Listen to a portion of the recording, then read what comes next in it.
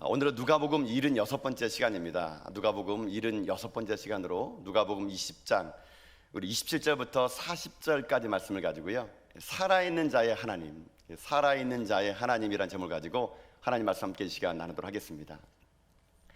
오늘 본문에 보게 되면은 예수님이 당시에 여러 가지 종교적인 분파 중에 한 분파가 예수님에 나와가지고 질문을 던지는 장면이 나오게 됩니다. 그게 어떤 분파냐면요, 사두개인이라는 분파가 있었습니다. 예수님 당시에는 참 많은 종교적인 지도자들이 있었는데 이 사두개인들은요 좀 독특한 사람들이었습니다. 이 사두개인들이 예수님에 나와가지고 뭐라 말하느냐, 자 오늘 본문에 있는 27절은요 이렇게 시작합니다. 자 여러분 27절 말씀을요 한번 다시 한번 같이 읽어볼까요? 함께 읽겠습니다. 시작. 부활이 없다고 주장하는 사두개인 중 어떤 이들이 와서 아멘. 자, 사두개인이 어떤 사람들이라고 그랬습니까? 단서가 나와 있죠. 뭐가 없다고요? 부활이 없다는 거예요. 이 사람들은 부활이 없다고 믿는 사람들이 사두개인들이었습니다. 이 사람들은요 어떤 사람들이냐면은 성경 말씀도요 모세가 쓴 것만 성경으로 인정한 사람들입니다. 그러니까 모세 오경만 믿었던 사람들이다 보니까 모세 오경에는요 부활이라는 이야기가 없어요. 그러니까 이 사두개인들은 부활은 없다라고 합니다. 그뿐만 아니라 이들은요 부활이 없뿐만 아니라 천사도 없다 그러면서 이 세상의 삶이 전부인 것처럼 살아가는 사람들이 바로 사두개인이었습니다. 근데 이 사두개인들이 어떤 특징이 있었냐면요, 이 사람은 지금 그 당시 예수님 당시에는요 이들은요 권력과 부를 가지고 있는 이 지도자들 계층이었습니다. 한마디로 말하면요 기득권 세력이었습니다. 그 당시에 참 많은 바리새파 사람들이 있었는데 이 사두개인들은요 소수였습니다. 이들이 소수여가지고 기득권을 확보할 수 있는 게 무엇이냐면요, 바로 이들이 로마의 통치 세력과 결탁하면서 로마의 문물을 받아들인 겁니다. 그럼 로마 세력과 결탁하니까 그들에게 기득권이 주어진 겁니다. 한마디로 그들은요 이 땅에서 누릴 것 다 누리고 사는 사람들이었습니다. 부와 권력과 종교적인 힘까지 갖고 있는 사두개인들은요 부러울 게 없습니다. 그러니까 이들의 인생에는요 이 현재의 세상이 전부인 거예요. 이 좋고 좋은 이 세상 놔두고 저 세상 간다는 것이 이들에게는 아까운 겁니다. 그러니까는 현실의 삶에 너무나 이들은 민감하게 반응하다 보니까 이들은요 영적인 세계가 둔감했던 겁니다. 내세가 그렇게 중요한 게 아니었어요. 그럼 이들은 지금은 어떤 줄 아십니까? 이 예수란 청년이 자꾸 백성들을 선동하는 겁니다. 하나님의 나라가 있다, 부활이 있다, 죽으면 천국이 있다. 그러나 사도행전 입장에서는 백성들의 민심이 자꾸 청년 예수에 올라가니까 눈에 가시 같은 것이 예수였던 겁니다. 근데 예수님은 지금요, 여러분 아시겠지만 지금 우리가 누가복음을 쭉 계속 보고 있는데 예루살렘 성으로 입성하셔가지고 십자가에 못 박혀 돌아가시기 전까지 이 행적을 보게 되면은 끊임없는 종교 지도자들이 예수님을요 넘어뜨리려고 있습니다. 처음 예루살렘 입성할 때부터 제사장과 유대 지도자들은 당신이 무슨 권한으로 성전을 이렇게 채찍을 들고 양과 소를 치냐고, 왜 상을 뒤집냐고 이렇게 물어보고, 우리 지난주에 살펴봤던 것처럼 이 바리새인들과 이 대제사장들이 자기가 못하니까 이 바리새인 몇몇 사람과 또 헬롯 땅 사람들 보내가지고 헤롯 땅을 보내가지고 세금 문제 가지고 예수님을 책잡으려고 그랬지만 한마디로 책잡지 못하는 겁니다. 그러더니 이제 남아있는 분파가 사두개인이에요. 이 사두개인이 이제 나타나가지고 예수님의 그 말 한마디를 책잡고다 나타나게 되는 것이 오늘 본문에 있는 전반적인 배경이거든요. 여러분 이들은요 사실요 부활이 없다고 믿는 사람들입니다. 그러다 보니까는 눈에 가시 같은 예수를요 제거하고 싶었던 겁니다. 영적으로 어둡다 보니까 예수님을 제대로 이들은 보지 못했던 겁니다. 여러분 그래서요 이런 경우가 있습니다. 우리들이 인생을 살면서 영적으로 우리가 어두울 때가 있거든요. 여러분 언제 어둡냐면은요, 언제 영안이 닫히냐면은 이 땅 살아가는 것이 여러분 너무나 모든 것이 승승장구하게 되면은요 땅의 일만 생각하기 때문에 내세를 여러분 별로 생각하지 않으면은 영적으로 어두울 수가 있습니다. 또 하나는 언제 영적으로 어둡냐면은요 너무 사는 게 힘든 거예요. 경제적으로 힘들고 현실의 삶이 힘들다 보면은 삶 자체가 내세에 대한 소망을 또 잊어버리게 할 수가 있다는 것입니다. 이럴 때 영적으로 어둡게 됩니다. 저는 그래서요 이렇게 소망합니다. 저는 우리 모든 전학교의 성도님들이 사두개인처럼 이 땅의 일이 너무 잘 되고 이 땅에 있는 것들이 너무 승승장구하고 하는 일마다 잘 돼가지고 사람들에게 칭찬받고 박수 받으면서 이 땅에 있는 것들이 여러분의 삶 가운데 풍족하면서 여러분의 삶을 풍요롭게 하는 가운데 전 여러분들이요 영안이 어두워지는 일을 피하는 여러분이 되시길 바라겠고, 또 하나는요, 너무 인생이 힘들어가지고 삶이 힘들어가지고 그저 하루하루 먹고 사는 게 힘들다 보니까는 그 현실에 풀리지 않는 마음 때문에 영적으로 다쳐버리는 불행한 일도 일어나지 않는 여러분, 신앙적으로 균형 잡힌 여러분 다 될 수 있기를 여러분 주님의 이름으로 축복드립니다. 이게 중요한 거거든요. 근데 이 사두개인들은 너무 잘 되는 겁니다. 모든 일이 승승장구한 겁니다. 그러니까 이들은요 어떻게 되느냐, 지금 자기들이 믿지 않는 교리를 가지고 예수님을 넘어뜨리라는 겁니다. 여러분 웃기지 않습니까? 이 사람들이 자기네들은 부활을 안 믿는 사람들이에요. 근데 오늘 예수님을 책잡기 위해서요 부활을 물어봅니다. 부활. 여러분 오늘 이 본문은, 여러분이 설교를 어떻게 들었는지 모르겠지만요, 이 본문은 부활 논쟁이 아닙니다. 부활이 있냐 없냐 이걸 물어보는 게 아니고요, 이 본문의 실제적인 이 이야기의 핵심이 뭔지 아십니까?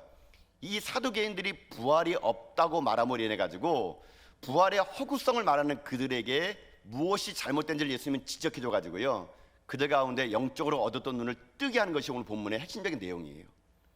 어쨌거나 지금 사두개인들은요 자기들은 부활을 믿지 않으면서 부활의 허구성을 말하고 싶은 겁니다. 그러면서 예수님에게 한 가지 아주 이상한 질문을 던집니다. 그 질문이 오늘 19절부터 23절까지가 질문의 내용인데요, 어떤 회개망측한 질문을 던지자면 이렇게 질문을 던집니다. 제가 내용을 읽어드릴게요. 이렇게 들어보세요. 자, 이들이 이렇게 질문합니다. 어떤 집안이 있었대요. 이거 예를 든 거예요. 이 사람들이, 예수님 만약에 어떤 집안에 7명의 아들이 있었다 그럽니다. 근데 7명의 아들이 있었는데 이 첫째 형이 장가를 들었어요. 근데 장가를 들었는데 그만 이 형수가 장가 들었는데 형님이 일찍 죽어버린 겁니다. 자식이 없게 되면은 그 당시에 유대법에 보면은 어떻게 했냐면요, 이 형수를 그 동생이 다시 결혼해가지고 대를 이어야 되는 그런 법이 있었어요. 그러니까 형님이 죽으니까 모세 율법에 따라 가지고 둘째가 그 형님과 결혼해가지고 또 결혼생활을 유지하는 겁니다. 거기서 아들을 낳게 되면 그 아들을 형님의 이름으로 입적을 시켜준 게 이들의 법이었어요. 근데 둘째 형님이 들어갔는데 그 둘째마저도 죽어버린 겁니다.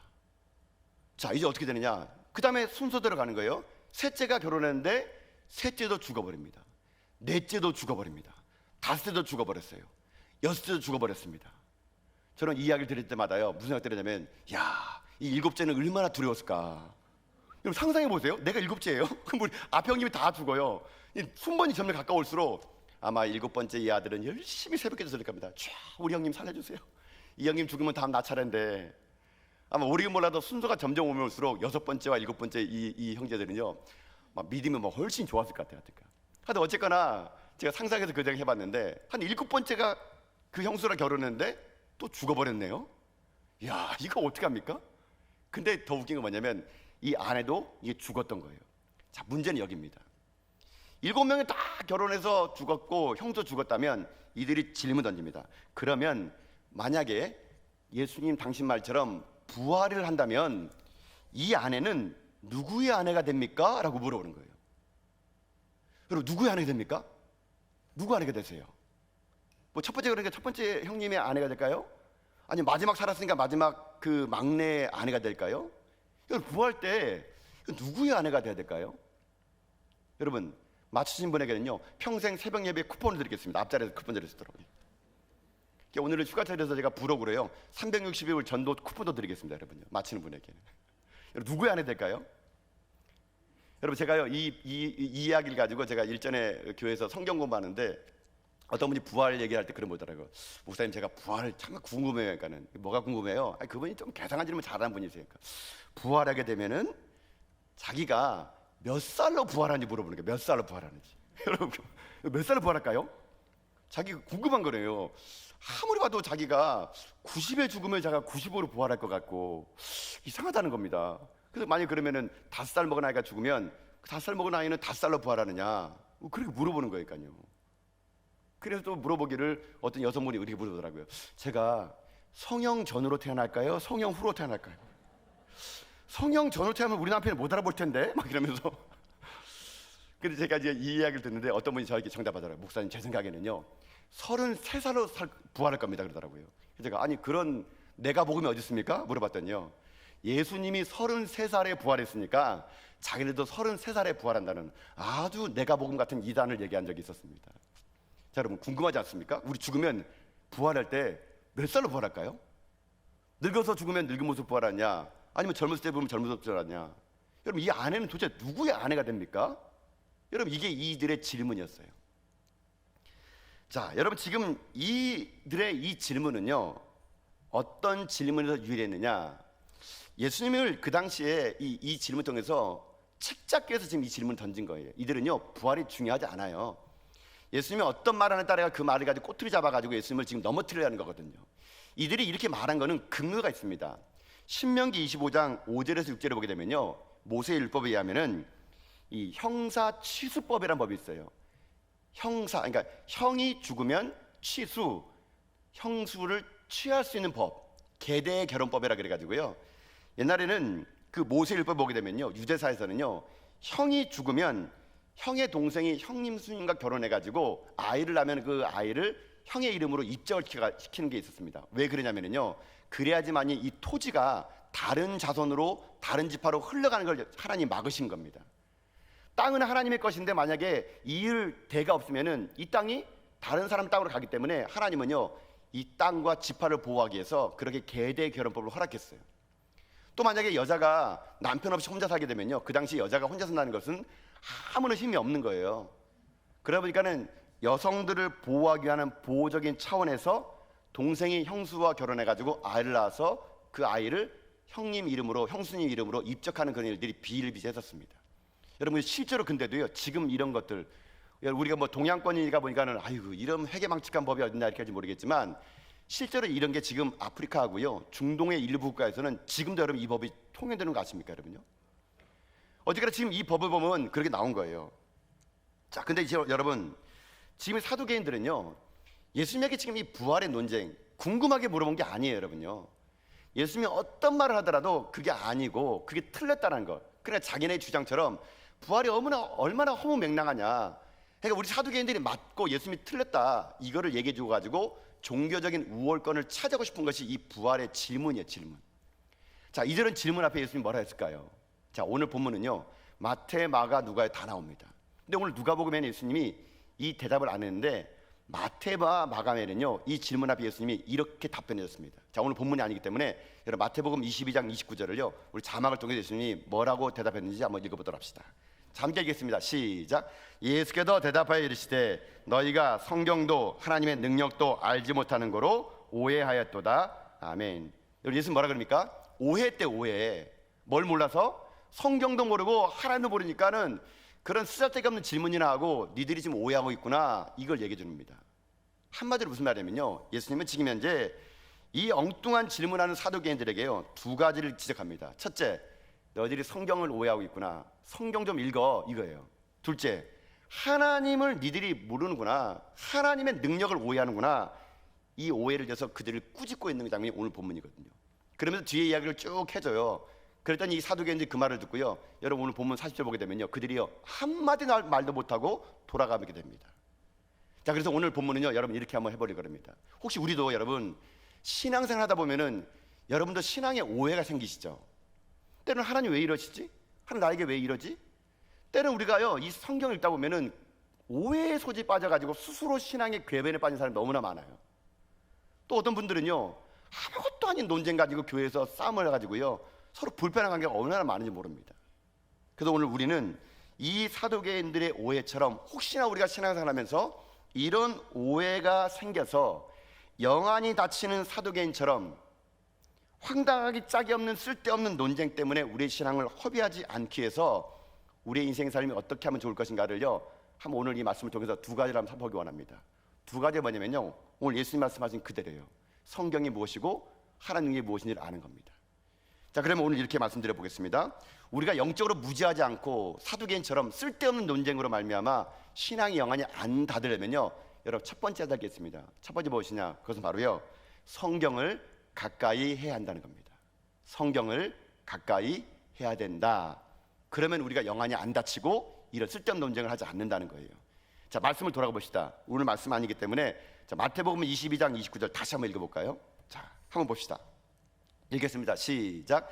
예수께서 대답하여 이르시되 너희가 성경도 하나님의 능력도 알지 못하는 거로 오해하였도다. 아멘. 예수님이 얘기합니다. 니들이 성경을 오해하고 있다고. 근데 여러분 가만히 생각해 보세요. 성경에 누구의 말입니까? 하나님 말씀이죠. 이 사두개인들은 어느 사람들이에요? 유대인이에요, 유대인. 이 사람들은 태어날 때부터 하나님이 누군지를 아는 사람들이에요, 여러분요. 사두개는 또 종교 지도자 가지고요. 이 사람들은 말씀을 가르치는 사람들이에요. 아니 이런 사람들이 예수님이 아이고 니들이 성경을 모르는구나 이렇게 얘기하는 거예요.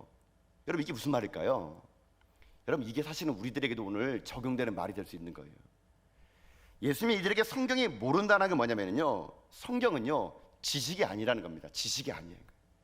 성경은 얼마나 많이 아느냐가 중요한 것이 아니라 성경은요 그대로 살아가느냐가 중요해요. 살아가느냐.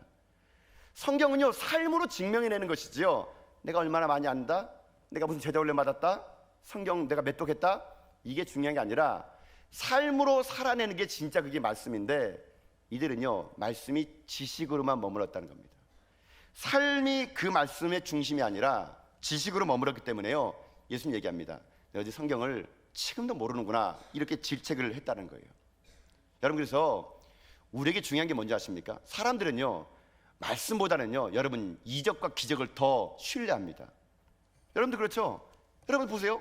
만약 어디 뭐 부흥회 갔는데 누가 병 나왔다 그러면 그 다음 주에 그 교회 사람들 다 몰려듭니다. 어떤 목사님이 안수해가지고 나왔다 그러면은요 그냥 그 사람한테 다 가지고 안수기도 받으려 그래요. 여러분 우리는 연약해가지고요 하나님 말씀보다는요 이적과 기적을 너무 따르는 게 우리들의 인생이에요. 물론 여러분 이적과 기적은 필요합니다. 근데 중요한 게 뭐냐, 이적과 기적에 앞서서 먼저 해야 될 것은요 말씀이 임해야 된다는 것이에요.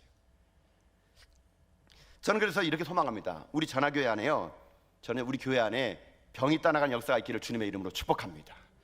우리 전화교회 안에 기적이 나타나기를 주님의 이름으로 축복합니다. 우리 교회 안에 암덩어리들이 사라지고 그런 일들이 지금보다 더 많이 나는 교회가 될 수 있기를 주님의 이름으로 축복합니다. 근데 여러분 이거 이전에 우리에게 필요한 게 있어요. 뭔지 아십니까? 말씀이 선행돼야 된다는 얘기. 말씀이 선행되지 않으면 그 기적을 우리가 기적으로 보지 못한다는 겁니다. 그렇기 때문에 우리에게 필요한 게 뭔지 아세요? 병이 떠나가고 놀라운 기적이 일어나고 하나님 우리 가운데 듣지 못한 일이 생기는 것을 여러분 그것을 기뻐하는 것이 아니고요 말씀이 우리 가운데 풍성히 임하는 거, 여러분 그것을요 우리가요 더 추구하는 우리들의 인생길이 돼야 된다는 것입니다. 여러분 그래서 잊지 말 게 하나 있습니다. 그게 뭔지 아십니까? 여러분들 기적으로 살지 마시고 말씀으로 살 수 있기를 주님의 이름으로 축복합니다. 기적으로 사는 인생은요 날마다 기적만 찾아다닙니다. 눈에 보이는 것만 찾아다녀요. 그러다 보면요 이단에 빠집니다. 여러분요 신앙이 회의적이 돼요. 여러분 말씀이 내게 임해야지만요 기적도 해석할 수 있는 능력이 있는 거거든요. 우리 가운데 말씀이 없다 보니까요 이단들이나 사이비들이 행하는 거 보면서 다 기적으로 알아요. 제가 볼 때 말씀만 한 자리만 읽어도 그게 가짜라는 걸 알겠는데 너무 말씀을 안 읽는 거예요. 성경을 안 읽는 거예요. 그러다 보니까 회망측한 그 일을 보면서도 이게 진리냐 가는 거 보게 되면은 참 제가 너무 안타까워요. 많은 성도들이요 말씀 읽지 않고요 눈에 보이는 현상 따라다니면서 얼마나 여러분 신앙이 넘어지고 교회가 여러분 피파되는 거 여러분 눈에 보이지 않습니까? 여러분 아무리 주님께서 못자국난 손을 보여주고 부활의 빈문을 보더라도요 말씀이 내게 없으면요 여러분 그게 아무런 소용이 여러분 없다라는 것입니다. 성경에 무지하고 말씀에 무지한데 여러분 그런 기적을 본들 여러분 그것이 어떻게 하나님의 일이라고 여러분 고백할 수가 있게 될 수 있겠습니까? 그래서 여러분 오늘 저는 여러분 주님의 이름으로 여러분 부탁드립니다. 저는 여러분들이요 말씀을 가까이 할 수 있길 주님의 이름으로 축복합니다. 성경의 말씀을 읽을 수 있길 주님의 이름으로 축복합니다. 여러분 그래서 제가 늘 언제나 여러분에게 얘기하는 게 있잖아요. 신앙은 거리의 싸움이에요. 거리의 싸움. 이게 뭔지 아세요? 신앙의 거리의 싸움이 뭐냐면은 내가 무엇에 가까이 하느냐 내 인생을 결정한다니까요. 신앙은 거리의 싸움이에요. 여러분 제가 옛날에 그런 얘기 했잖아요. 누차 얘기하는 거. 제가 사무실 갔는데 제 책상에 이쪽 오른쪽에 막 플레이보이 막 이런 막 오빠 놀러와 막 음란 잡지가 막 쌓여 있어요. 막. 근데 한쪽에는 막 그냥 성경이 쌓여 있어요. 여러분 제가 오빠 놀러와를 뽑을까요? 성경을 뽑을까요? 이 침묵은 제가 오빠 놀러와를 뽑을 거라는 침묵입니까, 여러분? 여러분 제가 오빠 놀러와를 뽑을까요? 성경을 읽을까요? 감사합니다. 네, 아이고, 네. 오늘 식사 맛있게 드십시오, 여러분요. 네. 여러분 성경을 뽑느냐, 오빠 놀러와를 뽑느냐는요, 뭔지 아십니까? 기준이 가까이 있는 것을 뽑게 되는 거예요. 가까이 있는 거를. 내게 가까이 있는 그 사람은요 접근하게 돼 있는 거예요. 내게 가까이 있는 것에 손을 뻗게 되는 것이지 멀리 있는 게 손이 안 갑니다, 여러분요. 결국 이 말이 무슨 말인지 아십니까? 하나님 말씀을 가까이 하는 것이 세상을 이길 수 있는 힘이라는 것이에요, 여러분요. 여러분 지금 무엇을 가까이 하는지 여러분 생각해 보세요. 여러분 지금 돈에 가까이 있습니까?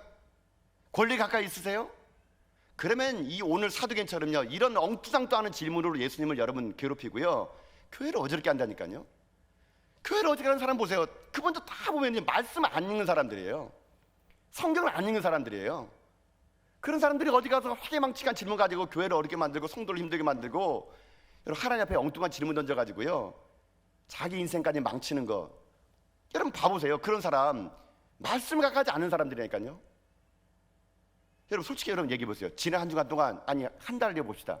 지난 한 달 동안 여러분 집에서 성경 읽어본 분 계십니까? 한 절이라도. 평생 여러분 살면서 성경 일독해본 몇 분 계세요? 여러분 그게 여러분 없다면 여러분은 사두개예요. 사두개.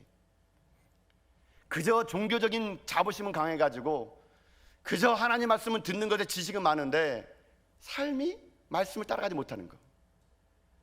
그냥 거기 주일날 와가지고 말씀 이 한 자리 듣는 거를 내 인생의 기본으로 알고 삶은 자기 멋대로 살아가면서 말씀 가까이 하는 것이 아니라 세상 가까이 하게 되면요 우리는 사두개처럼 이런 오류에 빠져가지고 하나님을 오해하고 신앙을 오해하고 교회를 오해하고 신앙이 무너진다니까요. 여러분요.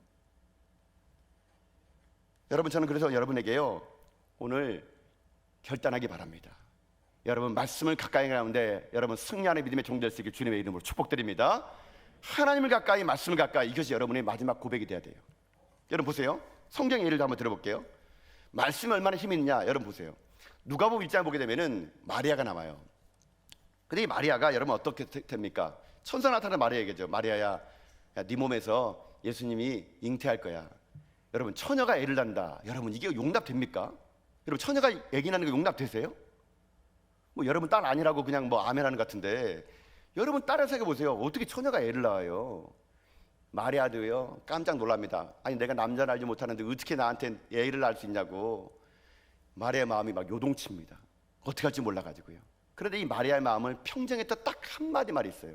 천사가 이렇게 얘기합니다. 누가복음 1장 37절 보면은요 이렇게 얘기합니다. 37절 보니까 대저 하나님의 모든 말씀은 능하지 못하심이 없느니라. 아멘.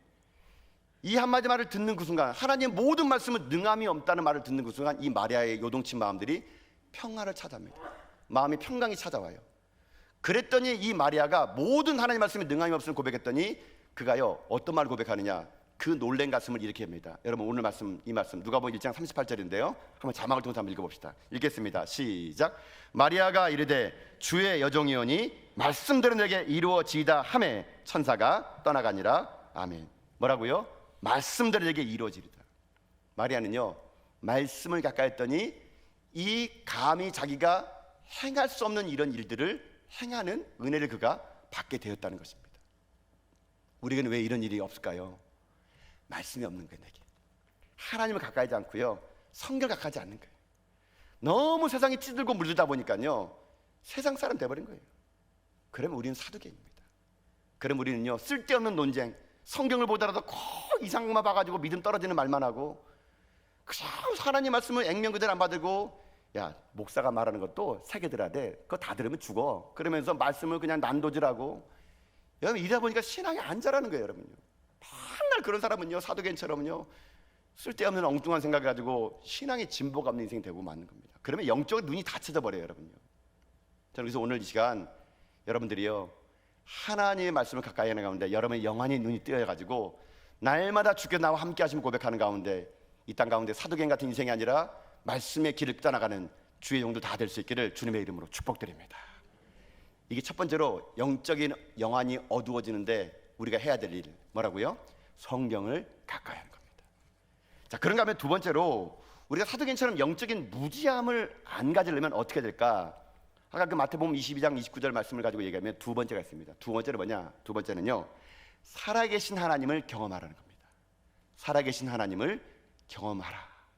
자 오늘 말씀으로 돌아갑시다. 오늘 말씀 37절 38절이거든요 자 한번 읽어보겠습니다. 시작. 죽은 자가 살아난다는 것은 모세도 가시나무 떨기에 관한 글에서 주를 아브라함의 하나님이요 이삭의 하나님이요 야곱의 하나님이시라 칭하였나니 하나님은 죽은 자의 하나님이 아니요 살아있는 자의 하나님이시라. 하나님에게는 모든 사람이 살아내니라 하시니라. 아멘. 자, 영적인 무지에서 벗어나 영적인 눈이 안 가려지면은 두 번째 알리 뭔지 아십니까? 살아계신 하나님을 경험해야 된답니다. 여러분, 지금 하나님은 어떤 분이냐? 오늘 본문은 간단해요. 하나님은요, 죽은 자의 하나님이 아니라 산 자의 하나님임을 믿습니다. 하나님은요, 과거 속에 묻힌 하나님이 아니라 지금도 역사하는 하나님이라는 겁니다. 어떤 분들은 이렇게 얘기하더라고요. 아이고, 목사님, 이 성경책이 2000년 전에 3000년 4000년 썼는데 그때는 이런 놀라운 기적들이 많이 일어났는데 왜 이제는 기적이 안 일어납니까? 이렇게 물어본 분이 계세요. 눈은 시커봐도 자기 주변에는요, 이런 일이 안 일어나는데 지금요. 이건 다 옛날 이야기. 지금은 아니라는 거예요. 내가 사는 2020년도는 이런 일이 일어나지 않는다고 얘기합니다. 그건 아니에요, 여러분요.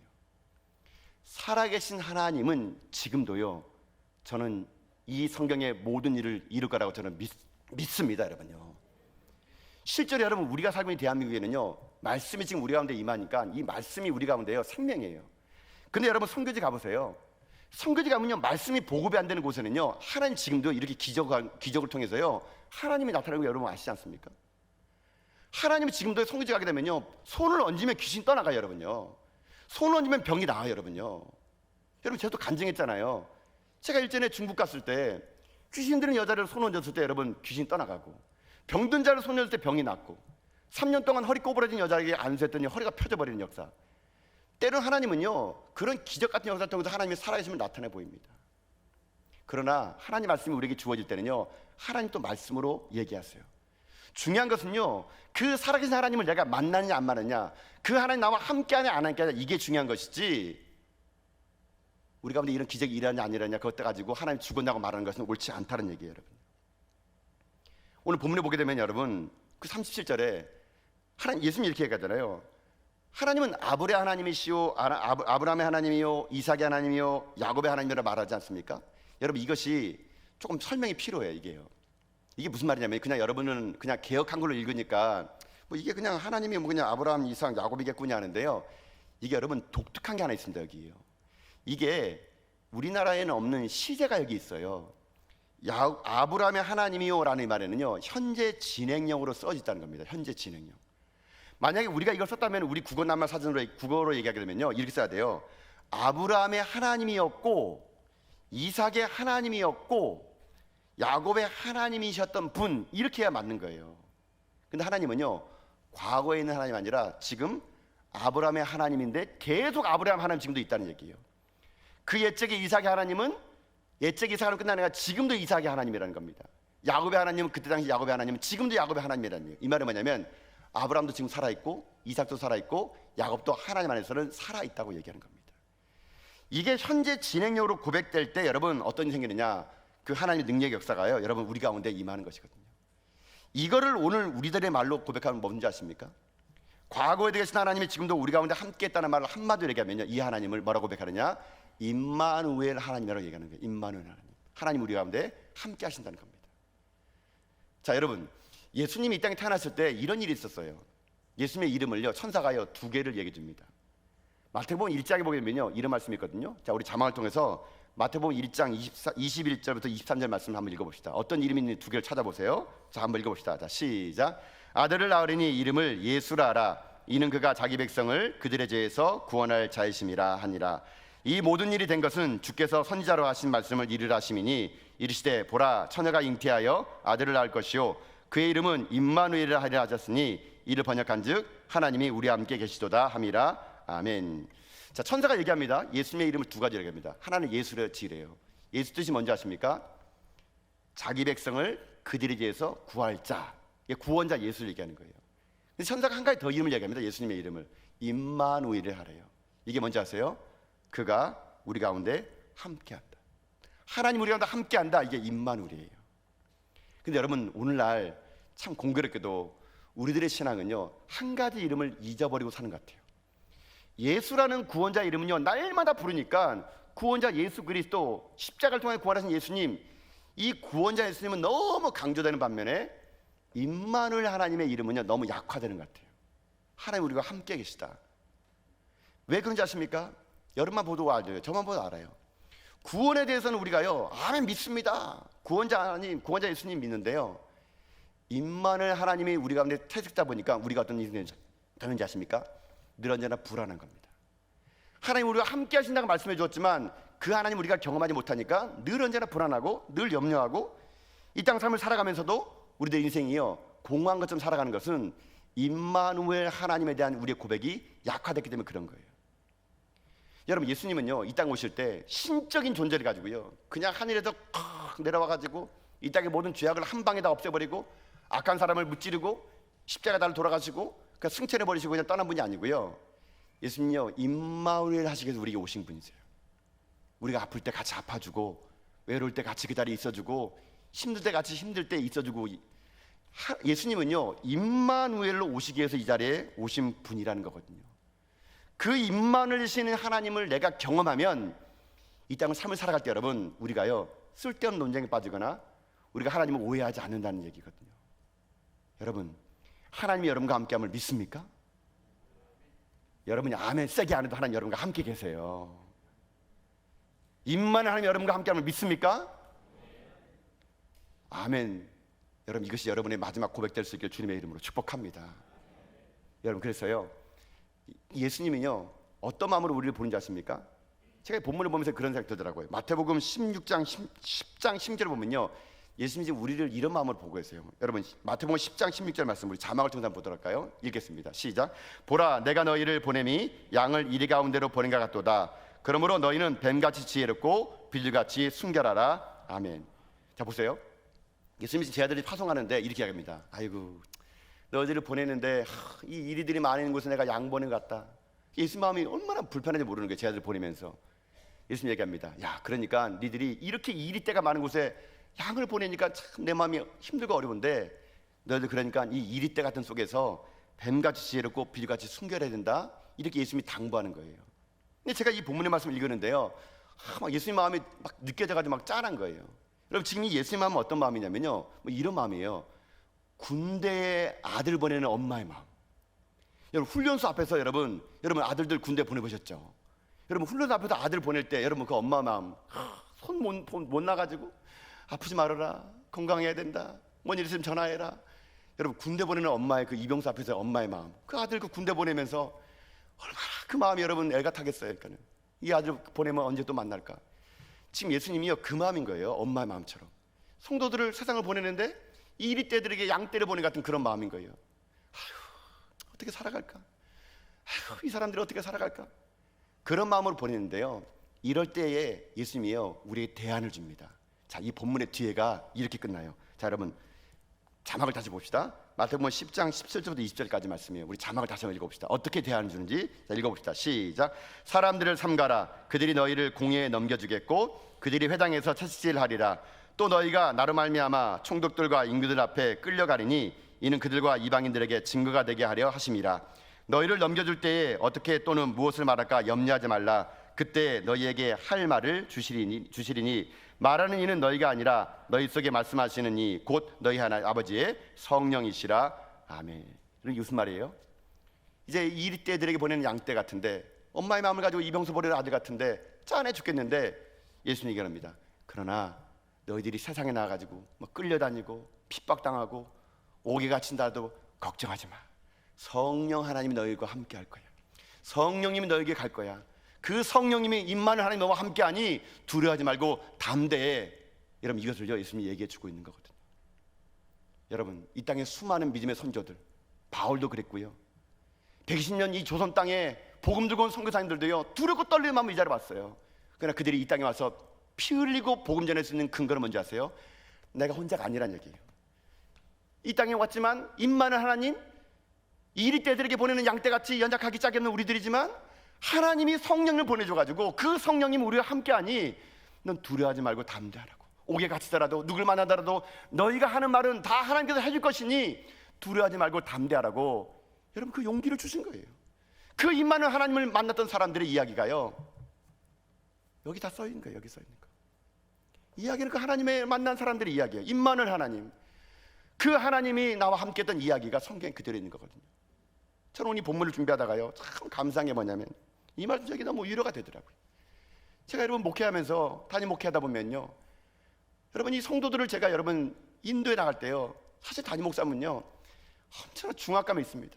매 주일마다 말씀을 준비할 때마다 하나님, 저처럼 부족하고 우둔하고 혀가 짧고 머리가 나쁜 제가 우리 주일날 성도님들 와가지고 말씀을 듣겠노라고 이렇게 구역구역 오게 되는데, 제가 밀어내가지고 하나님 말씀 제대로 못 전해가지고 우리 성도님들 그저 왔다 그저 돌아가면 하나님 어떡합니까? 제가 어떨 때는요 이 주일 강대산 쓰는 거예요 너무 두렵고요 중압감이 들 때가 있어요. 여러분 그 솔직히 어떤 때가 있지 않습니까? 제가요 내일 도망가 버릴까? 막 그런 말 든 적이 있어요. 여러분 어젯밤에도 그랬어요. 여러분요 말씀을 준비하는데 말씀이요 제가 아무리 보더라도 이게 너무 부족한, 제가 이해하기는 너무 난해한 문제가 많은 거예요. 제가 어젯밤에 또 불 다 꺼진 본당에 와가지고 강대상 서가지고요, 하나님 여기 내일 성도가 앉을 텐데, 여기 앉을 텐데 어떡합니까? 도와주세요. 그때 하나님이요 제게 마음을 주는 것 같아요. 야 아들아, 네가 얼마나 힘든지 내가 다 안다. 내가 너가 이렇게 하면 다 알고 거기 너 보냈다. 이 교회를 너에게 맡길 수밖에 없는 현실 앞에서 내가 너를 홀로 두지 않을게. 내가 너와 함께 할게. 임마누엘 하나님 너와 함께 할 것이니 네가 어떤 말을 하더라도 그 말은 네 말이 아니라 내 말이 될 것이다. 그러니까 담대해라. 이 말이요 제가 오늘 이 자리에 설 수 있는 용기를 또 준 거예요. 여러분 저만 그러겠습니까? 오늘 이 시대를 살아가는 여러분 우리 가장들 보세요. 우리 아빠들 코로나 때문에 얼마나 힘들어요. 여러분요 제가 보니까요 저도 가장들 보니까 교회 하나 섬기는 만큼 가장 일 가는 거 얼마나 힘든지 모릅니다. 여러분요 일감은 줄어들고 어려우는데 살아남으려고 바둥바둥 치는 아버지의 그들 마음, 여러분 그 마음이 여러분 제 마음과 똑같다는 게 아니라 아버지 너무 힘들어 보이는 거예요. 그러나 우리 아버지들, 우리 가장들 힘내세요. 주님이 여러분과 함께 할 것을 믿습니다. 하나님이 함께 할 것이니 여러분 담대하세요. 우리 아내들도 마찬가지죠. 여러분요 요즘 이 시대에 아이를 기르는 게 쉽습니까? 그렇게 눈물 흘리며 기르던 아이들이 빗나갈 때 보면은 가슴이 찢어지잖아요. 여러분요 자녀 하나 기르는 것도요 교회 하나 섬기는 거 못지않게 여러분 어렵다는 거 알아요. 여러분요 그래 우리 어머님들 힘을 내세요. 하나님이 함께 할 거예요. 내 능력으로는 안 되지만 하나님이 임만 하나님 여러분과 함께 하시면요 여러분의 자녀들은요 여러분이 기른 것이 아니라 저는 하나님이 기를 것을 믿습니다. 여러분 이것이 바로 우리에게 경험돼야 되는 거예요. 이 땅의 삶을 살아갈 때 우리가 이 살아계신 하나님을 경험하지 못하고 임만을 하나님을 경험하지 못하면은요 우리의 인생의 삶이요 쓸데없는 것에 논쟁 벌이고 뭘 먹을까 뭘 마실까 그거 없으면 죽을 것처럼 얘기하는 이런 비참한 인생일 수밖에 없는 것은 내가 살아있는 하나님, 임만을 하나님을 내가 못 만났기 때문에 그런 거예요. 여러분요 저는 그 여러분 간곡히 부탁드립니다. 여러분 이 전에 올 때마다 그냥 왔다 그냥 가지 마시고요 하나님 만나겠다는 소망 가지고 오세요. 하나님 만나겠다는 갈망 가지고 오시면 임만을 하나님 여러분과 함께 하면요 우리 이리 앞에 보내더라도 우리 들어올 거 없습니다. 여러분요 저는 그래서 여러분의 삶이 날마다 살아계신 하나님, 임만을 하는 내가 경험하는 가운데 쓸데없는 논쟁 가운데 빠지지 않고요 오직 주님만을 바라면 여러분 다 될 수 있게 주님의 이름으로 축복합니다. 여러분 그래서 예배가 뭐예요? 예배는 한마디로요 임만을 하나님 만나는 거예요. 예배는요 하나님의 임만을 됐다는 걸 내가 고백하는 거예요. 여러분 그래서 제가 누차 강조하는 게 뭡니까? 예배만 잘 들어도 세상을 이길 수 있다는 거 아니겠습니까? 예배만 잘 들어도 여러분 세상을 이길 수 있어요. 왜요? 임만을 하나님 경험하기 때문에 그런 거예요. 예배는요 임만을 하나님 만나는 시간이에요. 여러분 날마다 예배가 그토록 중요하다는 걸 잊지 마시면서 예배 목숨을 거시면 하나님도 여러분 인생에 목숨 걸어줄 것을 믿습니다. 이 임만을 하나님, 이것이 여러분 삶 가운데 영원히 불려지는 여러분 인생이 다 될 수 있게 주님의 이름으로 축복합니다. 말씀을 정리합니다. 오늘은 사두개인들이 예수님에게 와서 부활이라는 논쟁을 가지고 예수님을 책잡으려고 그랬어요. 그들은 부활이 없다는 걸 알면서도 예수님을 넘어뜨리기 위해서 그들은 질문을 던졌지만 예수님은 그들의 마음을 간계를 간파하시고 얘기합니다. 너희들이 오해하겠다고요. 성경도 모르고 하나님도 모르고. 우리가 어떻게 살아가야 됩니까? 첫 번째, 성경을 가까이 하는 겁니다. 말씀을 가까이 하세요. 그것이 여러분의 힘이 될 줄 믿습니다. 두 번째 뭡니까? 살아계신 하나님 만나는 거예요. 날마다 살아계신 하나님을 경험하세요. 아브라함 하나님, 이삭의 하나님, 야곱의 하나님, 저 같으면요 영진이의 하나님은 지금도 살아계신 하나님이심을 믿습니다. 여러분 이 고백 가지고 이 땅을 승리하며 살아갈 수 있는 여러분 다 될 수 있기를 주님의 이름으로 축복드립니다.